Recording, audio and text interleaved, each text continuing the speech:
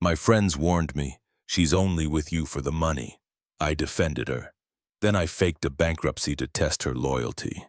She packed her bags within 24 hours. When I revealed it was a test and bought a new Porsche the next day, her apology texts were desperate. Original post: I, 32, male, own a software consulting firm that does pretty well. Not tech billionaire money, but comfortable six figures with some solid investments. Been with my girlfriend, 29, for about 18 months. Met her at a charity gala my company sponsored.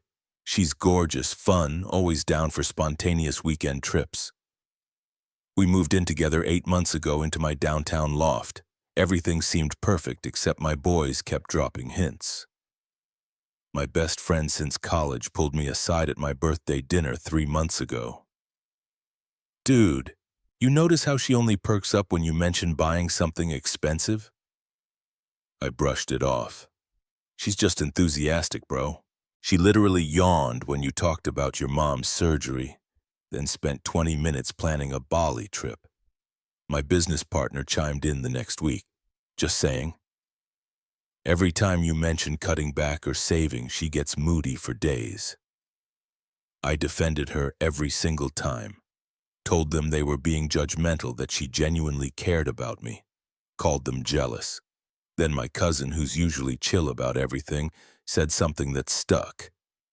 Look, I hope I'm wrong, but I've seen this before. Just pay attention to how she acts when money's tight versus when you're spending.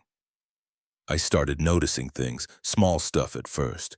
When I suggested cooking at home one weekend instead of our usual expensive restaurant rotation, she pouted for 2 days. Said I was becoming boring. I mentioned potentially switching to a smaller apartment to save for a down payment on a house. She went silent, then changed the subject. She never offered to split anything ever. Not groceries, not utilities, nothing. I'd paid for literally everything since day one. Her excuse was her startup, some vague lifestyle blog that made maybe $200 a month. The final straw was 2 weeks ago. My CFO and I were discussing a potential rough quarter ahead. Nothing serious, just market fluctuations. That night at dinner, I casually mentioned it might be a leaner few months. Her exact words, well, that doesn't affect our vacation plans, right? I already told everyone we're going to Turks and Chios. Not are you okay or do you need to talk about it? Just immediate concern about vacation plans. I couldn't sleep that night. Kept thinking about what my friend said. Decided to do something that would either prove them wrong or confirm my worst fears. I planned a test, spent 3 days setting it up, called in some favors. Here's what I did. The setup had my accountant friend draft fake documents showing my business failing. Tax liens, debt notices, the works. Looked official as hell. Contacted my landlord, explained the situation. He's cool. We go way back. He agreed to play along with a fake eviction notice for unpaid rent. Moved my Audi to my business partner's garage. Borrowed his beat-up 2009 Honda Civic. Changed my phone settings to decline my credit cards at checkout. Authorized it with my bank beforehand. Transferred most of my visible checking account balance to a separate account she didn't know about. Friday night, I came home looking stressed. She was on the couch scrolling through designer handbags. Hey, babe, we need to talk. She barely looked up. I'm in serious trouble. The business is basically bankrupt. We've lost 3 major clients and there's some legal issues with the contract. My accounts are frozen. That got her attention. She put her phone down. What? How bad are we talking? I might lose everything.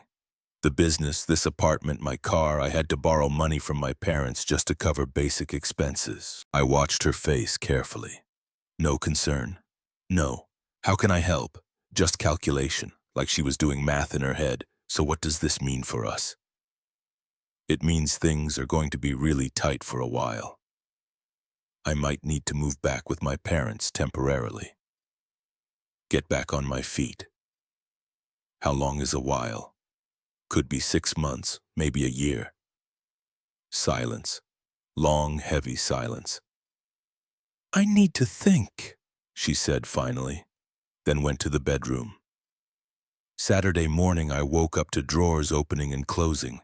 She was packing, like actively filling her suitcases with her clothes.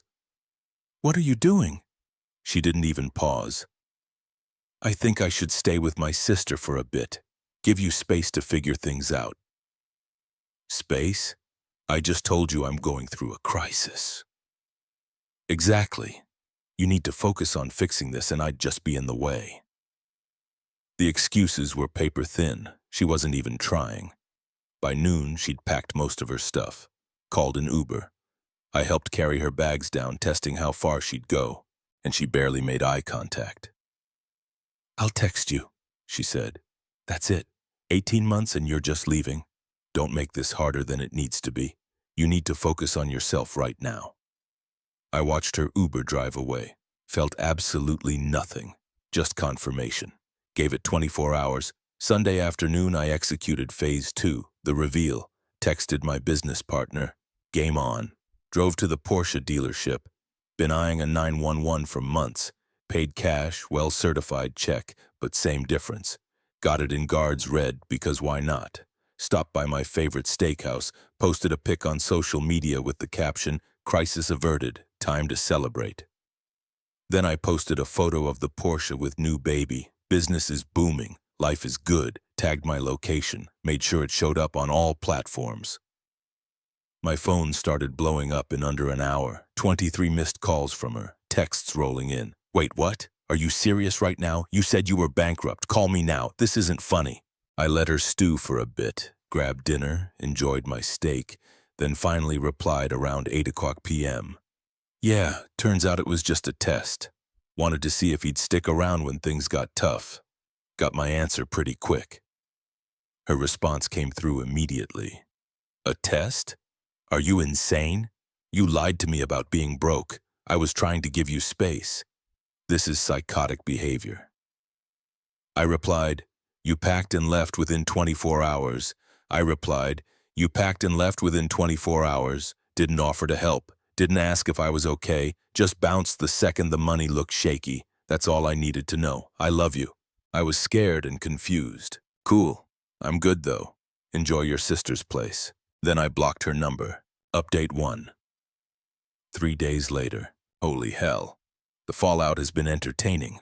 So obviously she didn't take the blocking. Well, started texting from different numbers. Her sister's phone, her mom's phone, random numbers, I'm guessing belong to friends. The messages range from apologetic to absolutely unhinged. Baby, please, I made a mistake. I was overwhelmed. You can't just cut me out of your life like this. I left everything at your place. You have to let me get my stuff. My therapist says this is emotional abuse. You're a sick person for playing games like this. Her mom called Monday morning. That was a trip. You need to understand my daughter was protecting herself. You told her you were bankrupt. What was she supposed to do? Maybe not abandon her boyfriend of 18 months immediately. She has her own life to think about. She can't be expected to support a man. I never asked her to support me. I asked for literally nothing except her presence during a hard time, which was fake, by the way. You're cruel and manipulative. Your daughter left me within 24 hours of thinking I was broke. But I'm the problem. She hung up on me. Tuesday, she showed up at my office. Security called me before letting her up. Bless them. Sir, there's a woman here demanding to see you. Says she's your girlfriend. She's not, but send her up. This should be good. She walked into my office looking like she'd been through it. Hair in a messy bun, yoga pants, puffy eyes. Dramatic. We need to talk. I leaned back in my chair. You've got 5 minutes. I didn't leave because of the money. I left because I thought you needed space to handle a crisis. Weird because you never asked what I needed. Just packed your bags. I was in shock. You dropped a bomb on me, right? And your first instinct was to bail. She tried a different approach. Tears started flowing. I love you. I made a mistake. People make mistakes when they're scared. Here's the thing. I wasn't looking for perfection. If you'd stayed even one day, asked how you could help, shown literally any concern for me as a person, we'd be having a different conversation. I would have come back when after I was stable again. That's convenient. That's not fair. You know what's not fair? My friends warning me for months that you were only interested in my money and me defending you every single time. Making excuses for you, telling them they were wrong. She went quiet. Turns out they were right. The second I looked broke, you were gone. Didn't even last a full day. So what, you get a Porsche to rub it in my face? I actually laughed. I bought myself a car I've wanted for months. The fact that you saw it as rubbing it in your face says everything about your priorities. I want my stuff. Finally, something reasonable. Your stuff's boxed up. You can pick it up this weekend. Bring someone to help you carry it. You're not coming in. You're really going to throw away 18 months over this? You threw away 18 months the second you thought my bank account was empty. I just confirmed it. She left crying. Security escorted her out. Wednesday evening, things got weird. Got a call from a number I didn't recognize. Answered it. Hey man, this is uncomfortable, but I'm dating your ex's sister. She told me to call you. Okay. Look, your ex has been staying with us since Saturday. It's been a lot. She's convinced you'll take her back. Keep saying once you cool down you'll realize you love her. She's not planning to move out anytime soon. Not my problem, dude. I know. But she's driving us insane. Crying all day, stalking your social media, trying to get mutual friends to intervene. Her sister's at her breaking point again. Not my problem, she made her choice. Is there any chance you consider hearing her out, just so she can get closure and move on? She had closure when I blocked her. Tell her sister I'm not changing my mind. He sighed. Worth a shot. Good luck, man. You too. You're going to need it. Thursday, the mutual friends started weighing in. Some got it. My business partner posted on his story. Proud of my boy for knowing his worth. Tagged me. But others, oh man, got a long text from a couple we used to hang out with. We heard what happened. Both of you could have handled this better. Maybe you should consider therapy together. I replied. She left me within 24 hours of thinking I was broke. There's nothing to handle together. But you lied to her. That's manipulative. I tested whether she actually cared about me as a person or just my money. She failed spectacularly. Testing your partner is toxic. So is abandoning them during a crisis. They stopped responding after that. Another friend, someone I'd known since high school, called me directly. Bro, I'm saying this as someone who loves you. That test was messed up. Noted. I mean it. You set her up to fail. Did I, though? All she had to do was literally anything supportive. Ask how I was doing. Offer to help job hunt. Cook dinner. Anything. Instead, she packed her bags. She was probably scared. Of what? Being with someone who wasn't rich. That's exactly my point. You're being stubborn. I'm being realistic, and honestly, I'm good. Better than good. I dodged a bullet. As of tonight, she sent messages from 4 different numbers, all blocked. Her mom called twice more, both times lecturing me about commitment and working through hard times. The irony was lost on her. My apartment feels bigger without her here. Cleaner somehow. Like I removed something toxic. No regrets. Zero. Y'all. The entitlement levels have reached previously unknown heights. Buckle up. Friday night, 2 days after my last update. I was at my favorite bar with my business partner and some colleagues, just unwinding, talking shop, normal stuff. My ex walks in with 3 of her friends intentionally. This bar is nowhere near where she lives and she hates the vibe there. She came specifically to find me. She spotted me immediately, made dramatic eye contact, then sat in my direct line of sight. Kept looking over, whispering to her friends, doing that thing where they'd all glance at me, then huddle together. My business partner noticed. Want to leave? Nah, I'm not letting her run me out of my spot. About 20 minutes in, one of her friends approached our table, blonde, wearing what looked like a very expensive dress. Hey, can I talk to you for a sec? I stayed seated. You are talking to me, privately. Anything you want to say, you can say here. She glanced back at my ex, who was watching intensely. Look, she's really hurting. She made a mistake. She knows that. But the way you're handling this is cruel. I'm handling it by moving on with my life. She loved you. She was just scared. So scared she couldn't stick around for even one day. Got it. You don't understand what it's like for women. We have to protect ourselves financially. My business partner jumped in. By abandoning your partner the second things look bad? That's not protection. That's opportunism. Her friend's face flushed. You're both. She walked back to their table. Within minutes, my ex was crying again. Her friends were comforting her, shooting me death glares. We finished our drinks and left. Not because of them. We were heading out anyway. But as we walked past their table, my ex called out, I hope you're happy. I stopped, turned around. Actually, yeah, I am. Thanks for asking. The look on her face was priceless. Saturday morning, I woke up to an email. A long, rambling essay about our relationship. Her feelings, how I betrayed her trust with my test. Some highlights. You made me believe you were in crisis. I reacted the way any rational person would, by giving you space to handle it without the pressure of managing a relationship too. Sure, that's why she packed all her expensive stuff first. The fact that you bought a Porsche immediately after shows this was never about testing my loyalty. It was about humiliating me publicly. I bought a car I'd wanted for months. Her seeing it was incidental. I've been in therapy twice a week since this happened. Dealing with the trauma of your deception. The trauma of being exposed as shallow. Got it. If you had any respect for what we built together, you'd sit down with me and my therapist to work through this. Hard pass. I didn't respond, deleted the email. Sunday, her sister called. Different approach this time. Hey, I know you're mad at her. Rightfully so, probably. But she's a mess. She hasn't eaten in days. She's not sleeping. I'm genuinely worried about her. I'm sorry she's struggling, but that's not on me. Could you at least talk to her?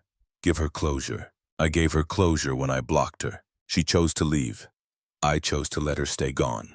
That's the closure. She thinks you might take her back if she just explains properly. I won't. You were together for 18 months and she bailed in 24 hours. The math doesn't work in her favor. Her sister got quiet then. You know what? Fine. She'll figure it out. But you're going to regret this. I regret wasting 18 months, that's about it. She hung up. Monday brought a new development. Got a text from an unknown number. Seriously, how many phones do these people have? This is her brother. You need to make this right. She's destroyed. Our whole family is worried about her. Be a man and fix what you broke. Her brother, who I'd met exactly twice, who ignored me both times. I replied, I didn't break anything. She left when she thought I was broke. I just stopped pretending to be okay with that. You lied to her to see if she actually cared about me. She didn't. Test successful. You're pathetic. Cool. Tell your sister to stop contacting me from burner phones. Block that number too. Tuesday afternoon, my lawyer friend called. We grab lunch sometimes, talk about random stuff. Dude, you're not going to believe this. Try me. Your ex contacted me on LinkedIn, asked if I'd be willing to mediate a conversation between you two. Said she'd pay my hourly rate. I almost choked on my water. She what? Yeah, I obviously declined and told her it was inappropriate, but she's persistent. That's insane. She also asked if what you did was legally actionable. Like, could she sue you for emotional distress or fraud? Please tell me you laughed. I told her to get a different lawyer if she was serious about pursuing that because it would be a waste of money. You didn't defraud her. You told a lie to test relationship compatibility. That's not illegal, just harsh. She's really spiraling, big time. Anyway, heads up in case she tries to escalate legally. I doubt she will. She'd get laughed out of any lawyer's office, but document everything just in case. Wednesday, she tried a different tactic. Showed up at my gym. My gym. The one I've been going to for 5 years. She joined specifically to run into me. I was on the bench press when I saw her walk in, look around, spot me, and make her way over. I finished my set, sat up, and waited. Hey, you've got to be kidding me. I joined here. I'm allowed to work out. You hate gyms. You literally told me working out was boring multiple times. People change. In a week. She sat on the bench next to mine, uninvited. Can we please just talk like adults? Adults don't stalk their exes at the gym. I'm not stalking you. This is a public place. My gym buddy came over. Everything good here? Yeah, just dealing with someone who can't take a hint. She stood up, eyes filling with tears again. You're cruel, you know that? Actually cruel. I'm cruel for not wanting to date someone who bailed on me instantly. That's what we're going with. I made one mistake. The mistake wasn't leaving. It was showing me exactly who you are. I'm just accepting the information you gave me." She stormed off. I watched her leave, then canceled my membership and signed up at a different gym down the street. Not worth the hassle. Thursday, I got a Facebook friend request from her mom, declined. Then a follow request on Instagram from her, declined. Then a connection request on LinkedIn from her brother, declined. They're trying every platform possible. My business partner finds this hilarious. "Bro, you've got a whole family acting like you're the villain in a rom-com, right? Like I'm supposed to chase after her and declare my love. Meanwhile, she ditched you the second your wallet looked light." Exactly. Later that night, got another text from a new number. "You can block me everywhere, but I know you see these. I need you to understand that I loved you. I didn't leave because of money. I left because I was overwhelmed and scared and I needed to think. I would have come back. He didn't give me a chance to come back. You just cut me off and humiliated me with that car and those posts. Do you know how embarrassing this has been? Everyone knows. Everyone is talking about how I'm the girl who only cared about money. That's not who I am. That's not who. Please just let me explain in person. I deserve that much." I stared at that message for a solid minute, then replied, "You left within 24 hours. You never asked if I was okay, never offered to help, just packed your bags and walked out. That's who you showed me you were. Everything after that has been you being mad you got caught. You don't deserve another chance to spin this. Move on. Block that number." My cousin texted me. "Heard through the grapevine she's telling people you're harassing her by refusing to talk to her. Just wanted you to know the narrative she's pushing. Of course she is. Want me to set the record straight? Nah. People who know me know what's up. Everyone else can think what they want. Tonight I'm at home, TV on, pizza ordered, completely at peace. She can keep trying.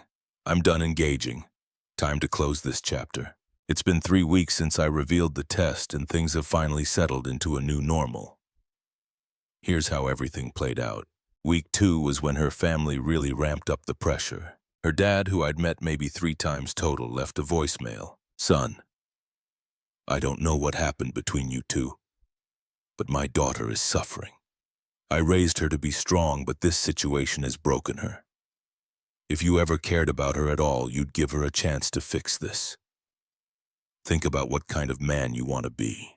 The guilt trip was strong, almost worked for about 30 seconds. Then I remembered watching her pack her bags without hesitation. I didn't call back. Her cousin, seriously, does this family have a group chat? Sent me a Facebook message. "Hey, I know we don't know each other well, but she's family. She messed up. She knows it, but everyone deserves forgiveness. You're being really harsh." I replied, "She left when she thought I was broke. I'm just accepting that information and acting accordingly. But you lied to her first to see if she actually cared about me beyond my money." The answer was no. Never heard back. Week 3 brought the grand finale. She organized an intervention. I'm not joking. An actual intervention. Last Saturday, I got a text from my old college roommate. "Hey man, grabbing drinks at O'Brien's tonight. You in?" O'Brien's is our usual spot, so I said yes. Showed up at 7:00 p.m.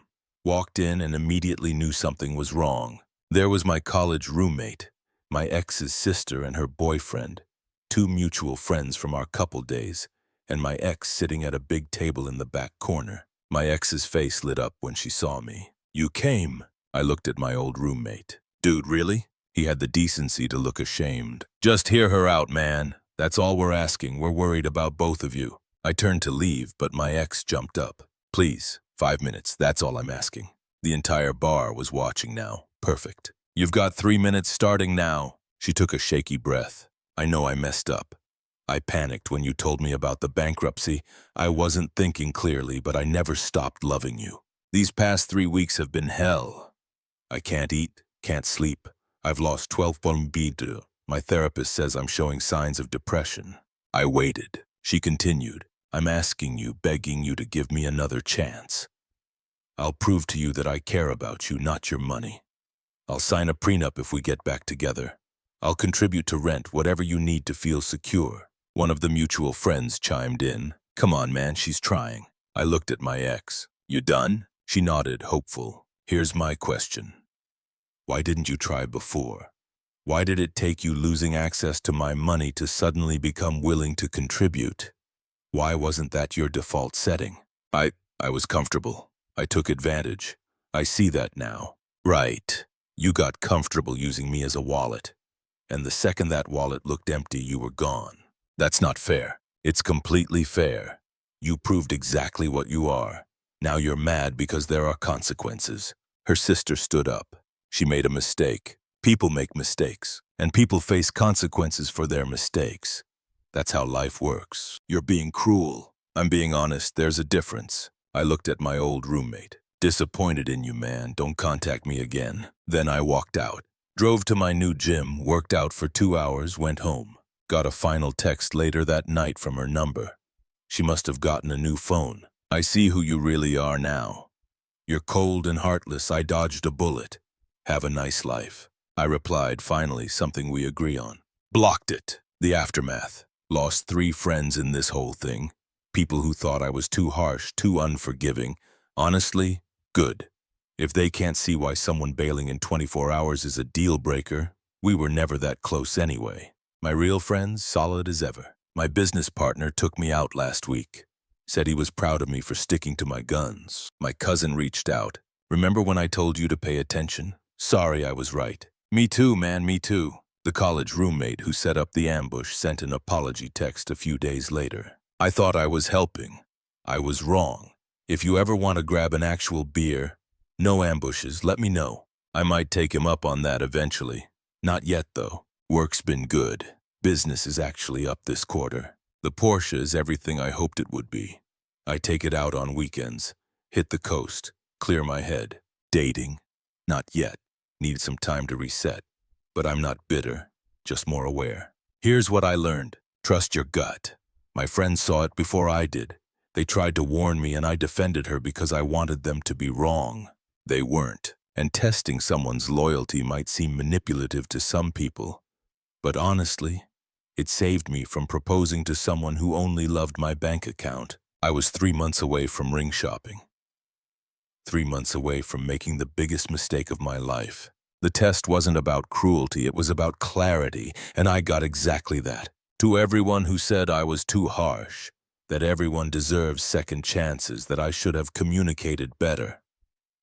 I hear you. I respect your opinion, but I'm good with my decision. She showed me exactly who she was in those 24 hours. Everything that followed was just her being upset that I believed her. As for her, last I heard through the grapevine, she moved back to her hometown.